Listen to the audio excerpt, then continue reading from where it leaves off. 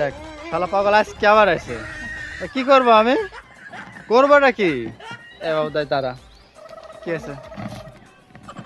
কথাটা কথা দিলা গাঁজা দেখা মনে করলো আমি কথাটা কয়া যাই।